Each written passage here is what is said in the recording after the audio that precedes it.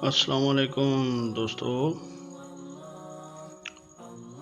आज हम 10,000 वाट regulator stabiliser transformer को बनाएंगे। ये 2.5-4 के ब्लॉक हैं, सिलिकॉन कोर है और इसमें हमने आज ट्रांसफार्मर बनाने हैं। सबसे पहले हमने ये एक गुटके के ऊपर पेपर लगाया है, साइज 2.5-4 का उसका बना के, और इसमें ये सबसे पहली जो तार पहली लूप निकली है उसको हमने स्लीव के ज़रिए इस तरह छिक डाल देनी है।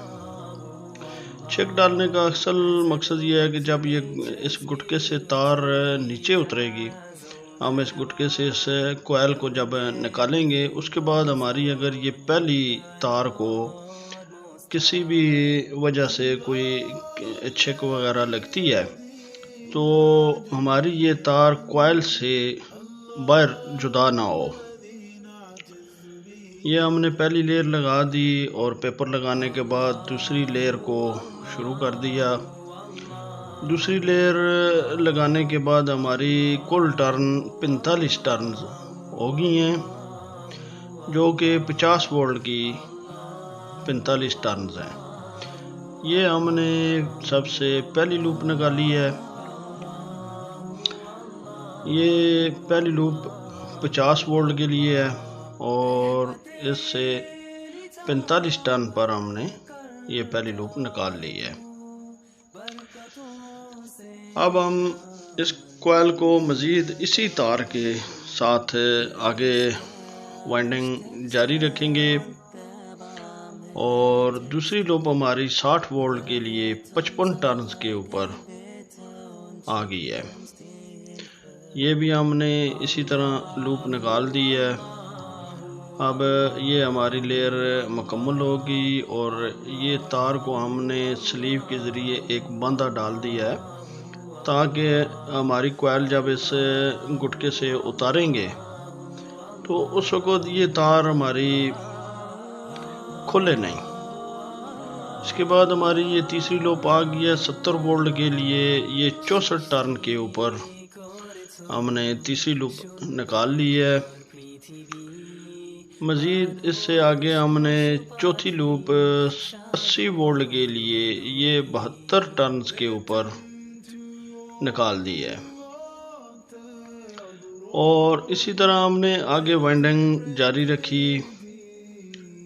अब हमारी पांचवी लूप जो कि 92 वोल्ट की है और ये 84 टर्न्स के ऊपर हमने पांचवी लूप निकाल दी। इस लूप के बाद हमने मज़ीद अपनी वाइंडिंग आगे जारी रखी और इसके बाद ये छठी लूप जो कि 106 वोल्ट के ऊपर हमने 93 टर्न्स पर निकाली है। अगर कोई दोस्त इस स्टेबलाइज़र को ऑटो टैप ट्रांसफार्मर बनाना चाहता है तो ये 5 नंबर और 6 नंबर लूप से 14 वोल्ट सर्किट ऑपरेटिंग के लिए बनेंगे, जो कि F65 या F62 की रिले को ऑपरेट करने के लिए बनेंगे। तो आप उस यहाँ से करंट लेकर उनको DC करंट में कन्वर्ट करके चला सकते हैं। सातवीं लूप 118 वोल्ट पर आपने 108 टर्न पर हमने निकाली है, क्योंकि ये 110 वोल्ट तक काम करेगा स्टेबलाइज़र। यहाँ से आपने ऑटो टैप 4 रिले में भी बना सकते हैं और 106 पर आप 5 रिले में भी ऑटो टैप बना सकते हैं। और आठवीं लूप 138 वोल्ट पर जो कि 125 टर्न पर हमने ये लूप निकाल दी है और इसके बाद हमने लूप को निकालने के बाद मज़ीद वाइंडिंग आगे जारी रखी और 9 नंबर लूप जो कि 160 वोल्ट पर 145 टर्न के ऊपर हमने 9 नंबर लूप निकाल ली है और ये हमने बंधा कोयल को डाला है ताकि हमारी कोयल की तार कोयल से बाहर ना निकले। और 10वीं लूप हमने 190 वोल्ट की 172 टर्न्स के ऊपर निकाल दी है। और इसके बाद हमने अपनी वाइंडिंग को जारी रखा और ये स्लीव आपने इस तरह कोयल के ऊपर चढ़ा देनी है।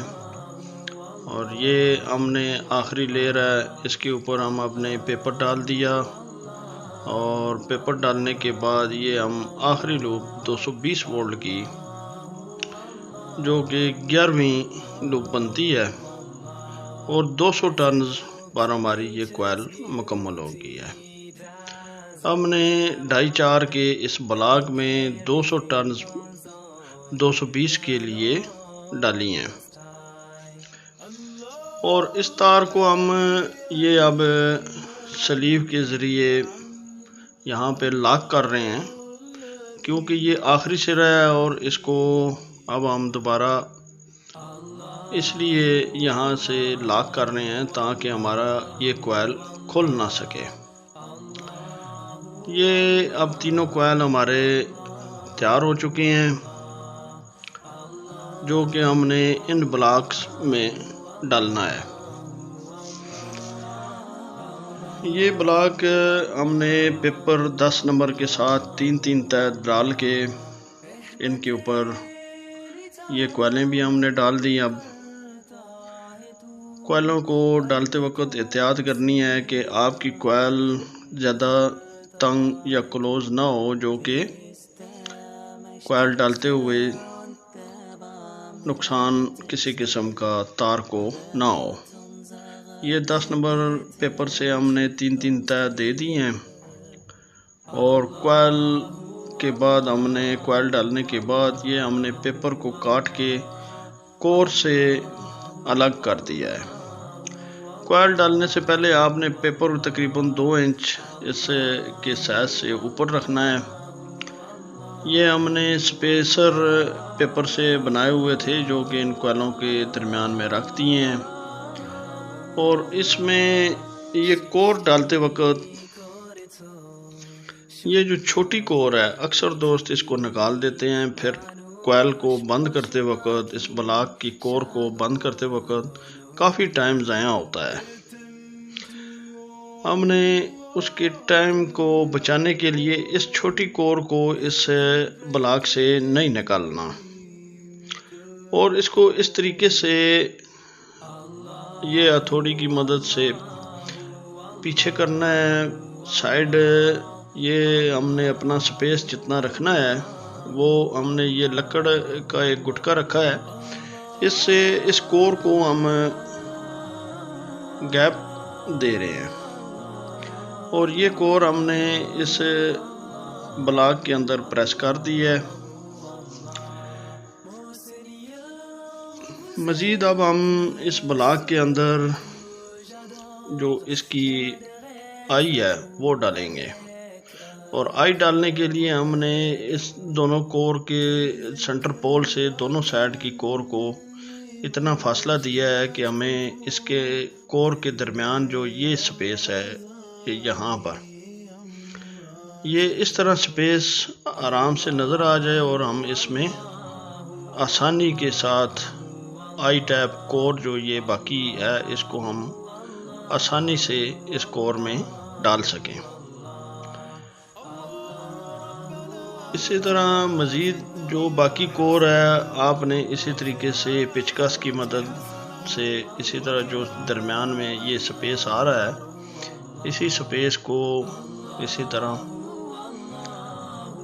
खोलकर पेचकस के ज़रिए कोर को नीचे ब्लॉक में प्रेस कर देना है।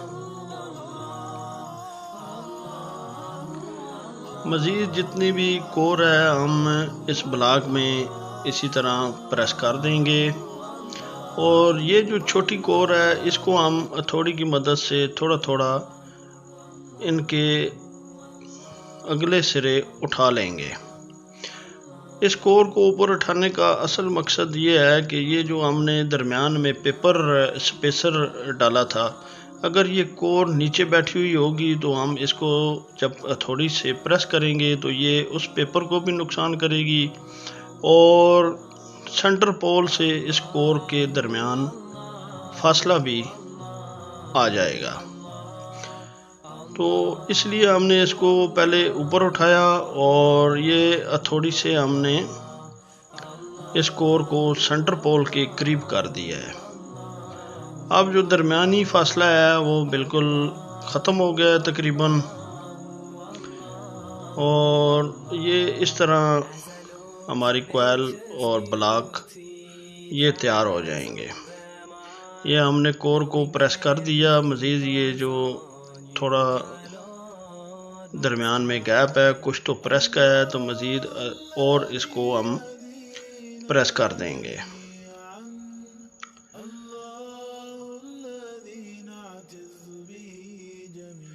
ये हमारे तीनों ट्रांसफार्मर तैयार हो गए हैं और इनको अब हम क्लैंप करने के बाद ये एक सरिया बनने वाली मोटी तार के साथ इनको ये चेक डाल देंगे।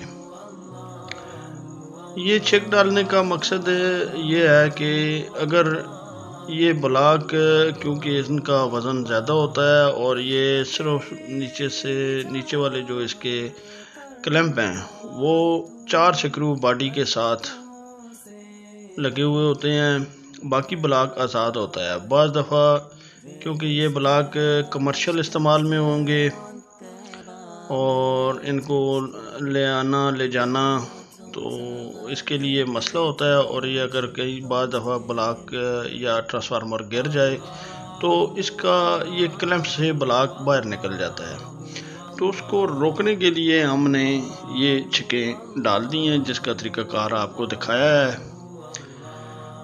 अब हमने इनको तैयार करने के बाद ये पेंट कर दिया है। पेंट करने का असल मकसद ये है कि हमारे इस कोर को या इन ट्रांसफार्मरों को जंग ना लगे, हमने इनको जंग से बचाना है। ये एक ट्रांसफार्मर जिसकी तार के ऊपर से हमने एनेमल उतारना है, इस एनेमल को उतारने के लिए हमने एक केमिकल इस्तेमाल किया है। इस केमिकल का नाम और केमिकल को लगाने का तरीके हमारी चैनल के ऊपर मौजूद है, डी पेंटिंग के नाम से, आप वहां से देख सकते हैं वो वीडियो।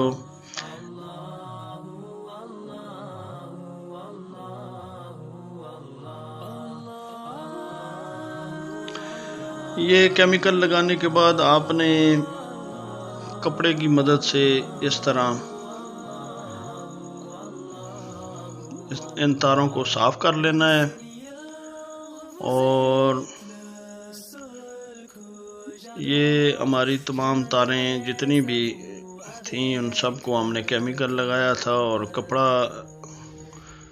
लगाने के बाद ये बिल्कुल साफ़ हो गई हैं। और हमने अब इन चारों ट्रांसफार्मरों को फ्लेक्सिबल तारें लगाकर इनकी वायरिंग कर देनी है। ये हमने इन चारों को फ्लेक्सिबल तारें लगा दी हैं। अब इनको हम सोल्डिंग कर देंगे। सोल्डिंग करने के बाद हम इनके ऊपर हीट स्लीव भी लगा देंगे और ये थिम्बल हमने इनके सिरों के साथ लगा दिए हैं और ये हमने इसी 10 नंबर तार से इस तरह एक यू बनाने हैं। यू बनाकर हमने इनके साथ जो मेन इन वापडा हो रही है उसकी तार लगा देनी है ये, और इसको हम ब्रेकर में दोनों तरफ शू इसलिए लगाएंगे कि अक्सर ये ब्रेकर ख़राब हो जाते हैं, उनको तब्दील करना आसान होगा। ये हमने आखिरी जो सिरा था 220 का उसके साथ ही एक तार लगानी है जो कि आगे रेगुलेटर स्विच पर भी जाएगी और यही तार बाहर आउटपुट की तरफ भी जाएगी। और यहाँ पे हमने ये जो छोटी तार लगाई है ये आउटपुट मीटर को लगा देंगे। यहाँ पर नीचे वाला जो मीटर है हमने उसको आउटपुट, ऊपर वाले मीटर के साथ आउटपुट, और ये ब्रेकर से होती हुई जो तार आएगी इसको हमने इस रेगुलेटर स्विच के, ये कॉमन पिन है जहाँ पे इनपुट दी जाएगी, हमने यहाँ पे इसको लगा देना है। और ये 220 वाली लूप को हमने सबसे पहले सिरे पे लगाना है। ये हमने आउटपुट वाली तार जो 220 वाले सिरे से लगी हुई है, इसी सिरे को हमने ये रेगुलेटर स्विच के सबसे पहला पॉइंट जो कि 220 का है उसके साथ लगाएंगे। और यही तार हमारी आउटपुट की भी थी।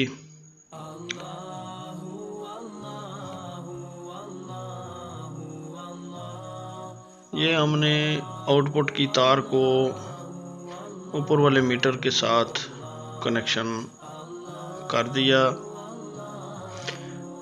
हम रेगुलेटर स्विच को जितना भी घुमाएंगे जो आउटपुट आ रही होगी ये ऊपर वाला मीटर शो कराएगा। और ये इनपुट की तार है जो कि हमने ब्रेकर से लेनी है, और ब्रेकर से लेकर हमने नीचे वाले मीटर को सप्लाई दे दी। ये दोनों हमने डिजिटल मीटर लगाए हैं।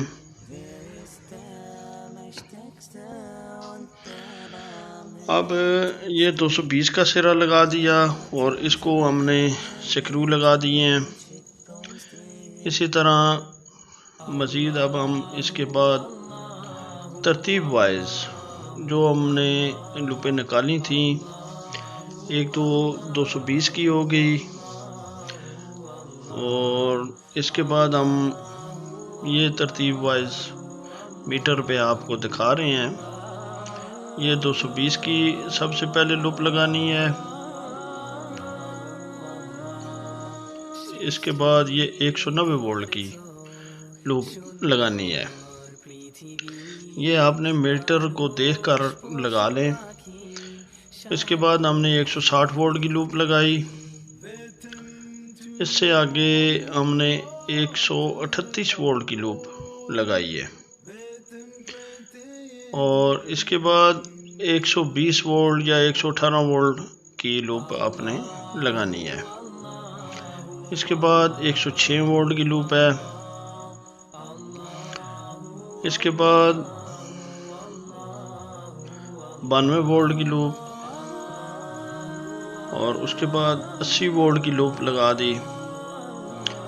इससे अगली लूप हमने 70 वोल्ट की लूप लगाई है, और इसके बाद ये 60 वोल्ट की लूप, और इसके बाद 50 वोल्ट की लूप। यहाँ पे आपके पास 50 या 52, 53 कोई भी हो, आप ये यहाँ पे निकाल सकते हैं लूप को। तो ये इसी तरह तरतीब वाइज लगानी है जैसे हमने निकाली थी सबसे पहली लूप। इसी तरह यहाँ से लेके ये आखिरी सिरा 11 नंबर, और ये मेन इन ब्रेकर से इनपुट इसको देनी है। ये तमाम स्क्रू लगाने के बाद हमने इसका स्प्रिंग जो उतारा हुआ था रेगुलेटर का उसको लगा दिया, और ये अब हमारे तमाम रेगुलेटर्स तैयार हैं। चारों ट्रांसफार्मर्स और इन सब की वायरिंग आपने इस एक ही तरतीब से करनी है, क्योंकि सब एक ही साइज़ के ट्रांसफार्मर थे और एक ही साइज़ की हमने लूपें निकाली हैं। ये हमारे तमाम रेगुलेटर्स 50 वोल्ट तक काम करेंगे। ये दोस्तों हमने इन चारों स्टेबलाइजरों के ट्रांसफार्मरों को एक ही तार के साथ ऑन कर दिया है, और ये इसकी वायरिंग जितनी भी थी वो सब हमने रेगुलेटर स्विचों के साथ लगाकर इनको कनेक्शन कर दिया है। अब हम इस मीटर के ज़रिए चेक करते हैं कि हमारे चारों ट्रांसफार्मर्स कितने एम्पेयर करंट ले रहे हैं। तो ये चारों मिलकर 0.75 एम्पेयर करंट ले रहे हैं।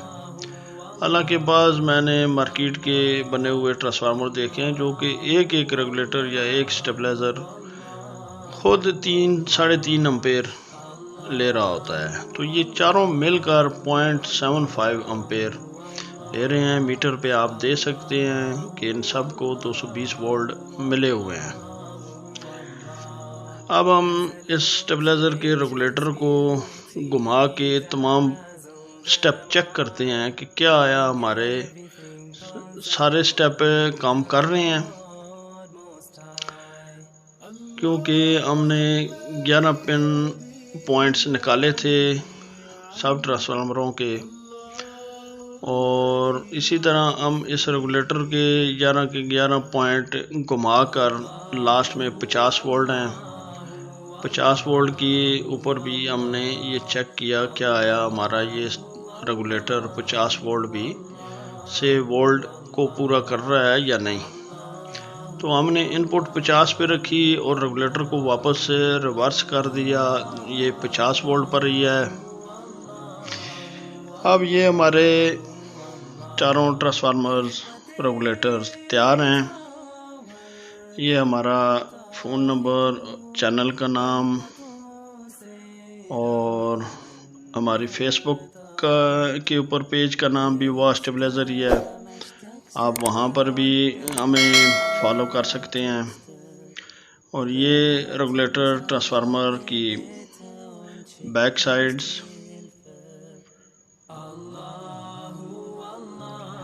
ये हमारे चारों ट्रांसफार्मर्स मुकम्मल हैं। नेक्स्ट एक नई वीडियो के साथ इंशाअल्लाह दोबारा हाज़िर होंगे। तब तक के लिए अस्सलाम वालेकुम व रहमतुल्लाहि व बरकातहू व मग़फ़िरतहू। सल्लल्लाहु अलैहि व आलिहि व अस्हाबिहि व बारिक वसल्लम।